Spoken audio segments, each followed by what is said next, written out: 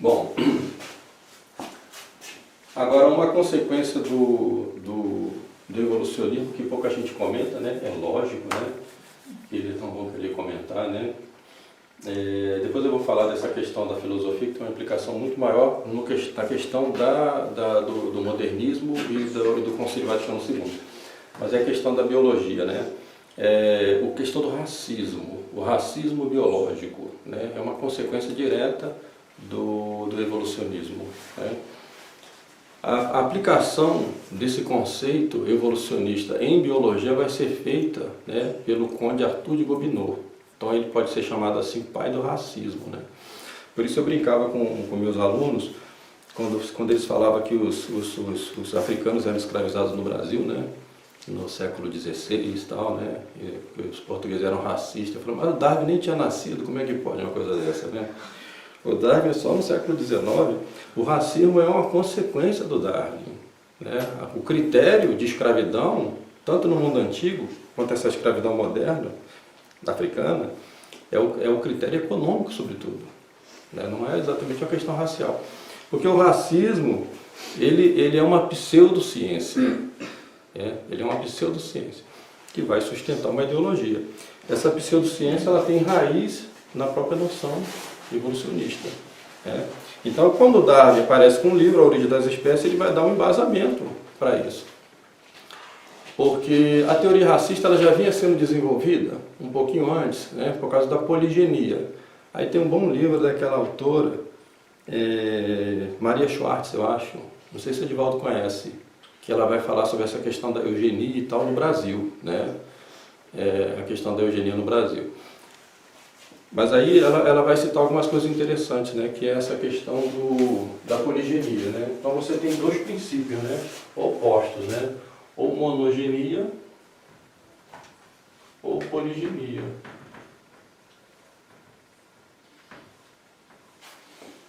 Depois, quando a gente adentrar propriamente nas aulas de história, né, nós vamos seguir sempre, né? É lógico, nós vamos seguir a Bíblia, né, a Sagrada Escritura, e nós vamos sempre entender a história humana, né, a origem do homem no processo de monogenia, ou seja, nós somos filhos do mesmo Pai, né? Toda a raça humana se origina a partir do mesmo pai que Adão e Eva, né? A poligenia é uma teoria que vai dizer que existem vários pais, né? Como se houvessem vários Adãos e Evas, né? Vários, que deu origem a raças diferentes. Aí você pega esse conceito de poligenia e aplica o conceito evolucionista do Darwin para dizer que essas raças então se desenvolveram, evoluíram de forma diferente. Então umas raças ficaram mais evoluídas e outras atrasadas, por isso a ideia de raça superior. Então o racismo ele é baseado na ideia de raça superior. É importante que se diga, né, professor, que essa pseudociência deles realmente ficou uma coisa bem meticulosa, a ponto de eles medirem crânio. Exatamente, aí tinha a frenologia, vai desenvolvendo outros aspectos da ciência, né? A frenologia, medição de crânio, para saber. Você mediu o crânio para dizer que era uma raça, que era outra. Para indicar esse grau de evolução, né? Que as raças tiveram ao longo do tempo. Eu então, cheguei a estudar isso ainda, na década de 90, transição para essas coisas todas elas vão partir do protestantismo. Entendeu? Vão partir do protestantismo. Por isso que é importante a gente frisar essa questão do racismo está relacionada ao Darwin, né? Porque isso vai partir do mundo protestante. Essa diferenciação. Exatamente. Nossa, né? Exatamente. Eles pegavam isso, falsificavam no Antigo Testamento, né? Sim. A justificativa deles. Tem, por exemplo, tem os mormons, né? Os mormons diziam, acho que dizem ainda isso, né? Que, por exemplo, a raça negra, né? Ela vem por causa da maldição de Caim e tal, né? E a maldição que Deus colocou em Caim, o resultado da marca foi a raça negra, né? Ora, não tem o menor sentido uma coisa dessa, porque se você pensar bem, né? A descendência de Caim morreu no dilúvio. Morreu no dilúvio. Filho de Noé, ué. Pois é. Como é que é possível? Pois é. Quer dizer, como é que pode, né? Não tem descendência de Caim, né? Então fica esse negócio de raça superior, e isso vai ter uma consequência muito trágica depois, né? Então, o racismo basicamente é essa ideia de que existe raças superiores, né? E aí vem a questão da eugenia, né? Falar do Galton, né? A questão da eugenia. Ora, se existe raça superior, e o Galton, ele era, se não me engano, sobrinho do Darwin, né? Ele vai desenvolver essa ideia de eugenia, é uma palavra grega, que significa, se não me engano, bem-nascido, né? Bem-nascido. Então, assim, existe raça degenerada e existe raça superior. Então, como é que se faz para promover, né, o pleno estado de saúde da raça? Ele tem que eliminar, então, a raça degenerada. Tem que ser eliminada a raça degenerada. Como é que se elimina a raça degenerada? Aí tem que fazer um processo de eugenia, né? Então entra toda essa questão, teoria malthusiana, né? População, crescimento populacional, então precisa limpar a população, né? Aí que vai, por isso que esse autor escreve esse livro, né? Para dizer que boa parte da ideia sanitarista do início do século XX, no início do século XX tinha, né, um movimento sanitarista, que boa parte disso, o que estava por trás disso era justamente o projeto de eugenia, de eliminação das raças inferiores, né? Fazer uma limpeza racial, eliminando as raças inferiores. Hoje a gente vive um processo também, né, de emergência sanitária também, né? Esse negócio da vacina, por exemplo, no Rio de Janeiro, em 1905, teve a revolta da vacina, né? Justamente por uma questão sanitária dessa, como a do Covid hoje, entendeu? Naquela época, o Rio de Janeiro estava assolado, né, por uma praga transmitida lá pelo mosquito. Já era dengue, só que não chamava dengue, né? O nome dengue veio depois, né? É coisa aí dos anos 80, sei lá. É o Aedes aegypti, né, que transmite lá esse vírusinho. Então, como o Rio de Janeiro, e naquela época, né, estava passando por aquele processo de reforma urbana e aumento do processo de favelização no Rio de Janeiro, era a época do prefeito Pereira Passos, fazendo aquelas reformas lá naquela avenida central, né, transformando aquilo num boulevard, depois passou a ser a Avenida Rio Branco. E então essa condição de vida dessas populações era muito precária e disseminava muitas doenças. Não era só essa questão do mosquito, mas tinha outras doenças também. Então aí entra a questão sanitarista, né? Aí por isso essa autora vai explicar que por trás da questão sanitarista tem um projeto também de eugenia, né? E aí eles trazem então, né, o Oswaldo Cruz, que era sanitarista, para poder resolver o problema. Então ele vai propor uma campanha de vacinação, ele vai criar uma vacina, né? Por isso que tem lá o Instituto Oswaldo Cruz e tal. Vai desenvolver uma vacina, né, para poder erradicar aquela doença. Só que naquela época a injeção era um negócio desse tamanho, né? A agulha não era a agulha era uma coisa, entendeu? Então, a aplicação tinha que ser nas partes mais, né? Não podia ser no braço simplesmente, ou tinha que ser na perna e tal, entendeu? E aí, né, a questão de modéstia, né, e de bons costumes, né? As senhoras não aceitavam ser vacinada, porque tinha que levantar a saia e tal, entendeu? Naquela época todo mundo andava muito bem vestido, viu? Todo mundo andava muito bem vestido. E aí a população pega em arma para lutar contra os sanitaristas. Ninguém aceitou a vacina. Então tem uma revolta da vacina. E é bom que se diga também que esse plano de destruir ali o centro do Rio de Janeiro realmente parece ser um projeto de limpeza urbana, porque principalmente eles retiraram cortiços que existiam ali. Cortiços antigos que vinham da época do Império. Ela não vai chegar na essência do problema, mas ela vai dar a entender algumas coisas interessantes, né? Que é essa questão, por exemplo, dos médicos, né, associado com advogados, né? Então a gente sabe que aí tem a ação, né?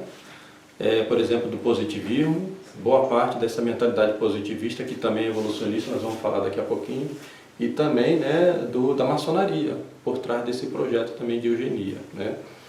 Então, o que movia a coisa toda, na verdade, era um processo de limpeza racial, entendeu? É claro que isso no início do século XX vai ter muita repercussão, e vai dar no nazismo. Então, o nazismo basicamente tem isso também, né? Que é essa questão de... Os nazistas eram racistas, nesse sentido, né, de raça superior.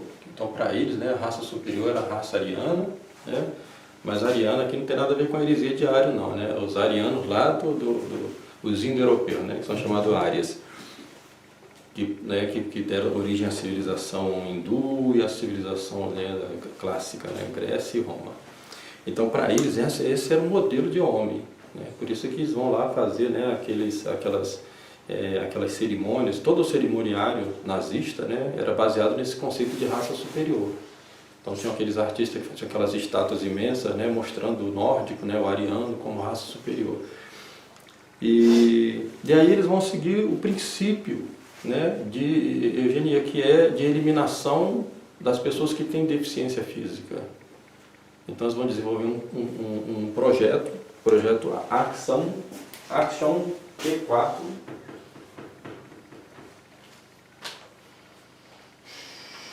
Esse projeto ele vai ao longo da década de 30, né, de 1937, se não me engano, até 1939, não sei se durante a guerra ele continuou. Eles vão sistematicamente eliminando as pessoas que têm deficiência física, pessoas que têm alguma deficiência, alguma patologia, neuropatia, né, os deficientes mentais, eles vão sendo sistematicamente exterminados, né, para que essas doenças genéticas não passem adiante, né? A ideia de fazer uma limpeza na raça. É uma coisa terrível, né? Mas uma consequência do Eles fazem essa eliminação de que forma, professor? Então, tem um documentário chamado Arquitetura da Destruição, né? Esse documentário, ele é bom, mas ele peca por um outro aspecto, né? Que ele constrói uma narrativa baseada em fatos que são, né, verdadeiros, né, mas para tirar uma conclusão que é ruim, entendeu? Então, se você assistir esse documentário com essa advertência, eu acho que vale a pena assistir o documentário. Então, o documentário vai dizer que eliminava por gás, né? Eu não acredito, mas provavelmente por injeção letal, né? E depois a família recebia um comunicado de que o seu familiar lá que estava naquela clínica, né, tinha morrido. Então era um comunicado. Durante a fase do auge do nazismo ou já durante a guerra? Década de 30 não, é antes da guerra. Eu acho que de 37 a 39 que vai acontecer isso, né? Os nazistas, eles associavam, né, essa questão da degeneração da raça, né? Então eles associavam isso também à ação dos judeus. Então, por isso que também existe também esse lado, né, racista dos nazistas com relação aos judeus, né? E por quê? Porque para eles os judeus se promoviam a degeneração da espécie humana.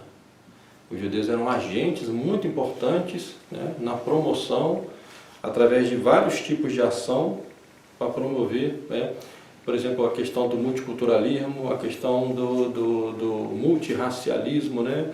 E aí ia promovendo a degeneração da raça, né? Eles comparavam, por exemplo, com um animal de puro sangue, né? E aí você começa a cruzar esse animal de puro sangue com outras raças e depois você vai tendo um enfraquecimento daquela raça, né? Uma degeneração daquela raça, entendeu? Isso no mundo animal pode ser, mas com os seres humanos não. Os seres humanos, nós somos pessoas, entendeu? É bem diferente, entendeu? Isso é uma visão já também contaminada pela ideia mecanicista, né? Que nós somos máquina, né? Então essa máquina funciona melhor se ela tiver. Então você vê que são todas consequências dessa coisa moderna, né? Então eles viram que os judeus tinham essa ação no campo físico, mas também tinha uma ação subversiva no campo das artes. Então, promovendo, por exemplo, a arte moderna. Então, a arte moderna era o quê? Era uma perversão, né, que os judeus tinham para deformar a espécie humana. Então, por isso que na arte moderna, as figuras são sempre deformadas, né? Figura com 3 olhos, 2 bocas, né? Você não sabe se está de perfil, se está de frente, né?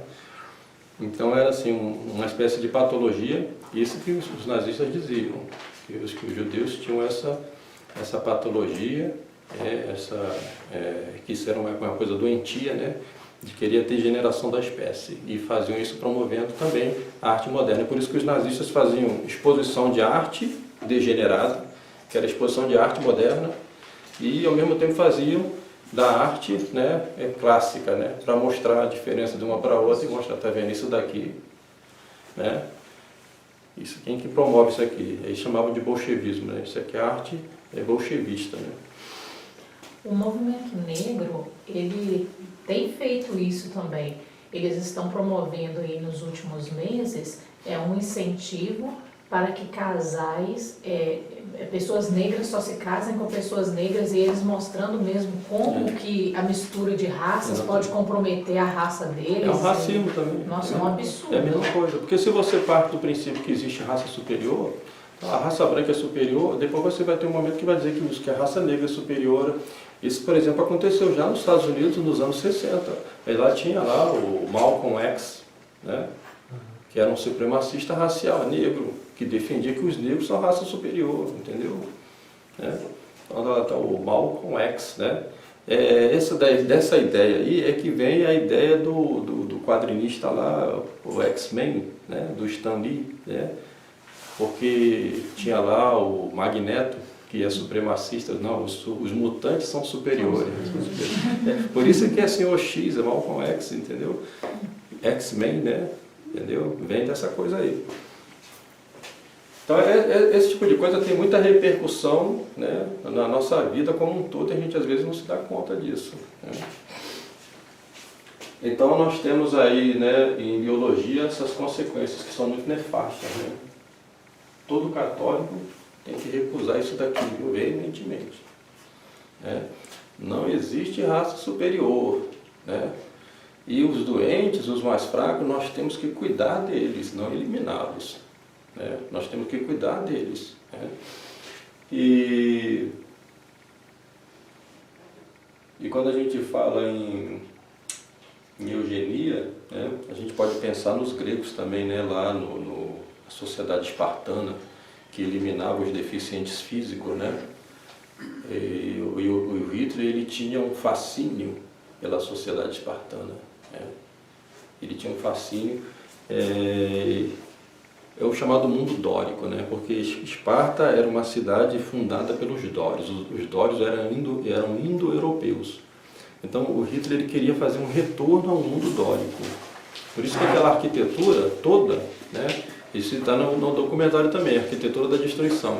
Você vai ver que toda a inspiração arquitetônica, né, hitlerista, levada a cabo por Albert Speer, que era o arquiteto dele, ele tem sempre esse modelo dórico. Que é o modelo dórico, se você pegar a arquitetura grega, você vai ver que ele é o mais simples, né? Ele é mais simples do que o jônico, do que o coríntio. É aquela coluna reta, né? Ela é uma coluna com um capitel reto, né? Porque para eles é coisa funcional, né? E os espartanos eram militarizados, né? Não tinham muita preocupação com formas arredondadas e tal. Aqui no Brasil vai ter influência, essa arquitetura dórica, que foi usada por Hitler na Alemanha nazista, vai ter muita influência com Vargas. Se você pegar lá no Rio de Janeiro, né, que era a capital, você pegar, por exemplo, o prédio lá do Ministério da Fazenda, você vai ver a arquitetura dórica ali, entendeu? Porque o arquiteto do Vargas tinha inspiração no arquiteto do Hitler, que era Albert Speer. Bom, mas a ideia de eugenia do século XX, né, ela vai além da ideia espartana. Porque a ideia espartana é simplesmente eliminar os deficientes físicos porque eles não serviriam para o exército, né? Aqui é uma ideia de limpeza de raça, né? Fazer um ser humano perfeito.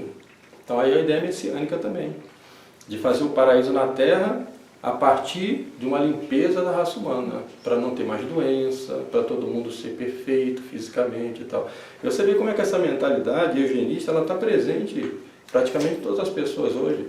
As pessoas elas fazem um sacrifício imenso em nome da forma física, em nome da beleza, né? A humanidade quer ser bonita, entendeu? A perfeição física, né? Fisiculturismo, né? As pessoas passam horas e horas aí malhando. Não é para cuidar da saúde, não é para cuidar da saúde só. É realmente para, né, ter uma forma perfeita, né? Negócio, né?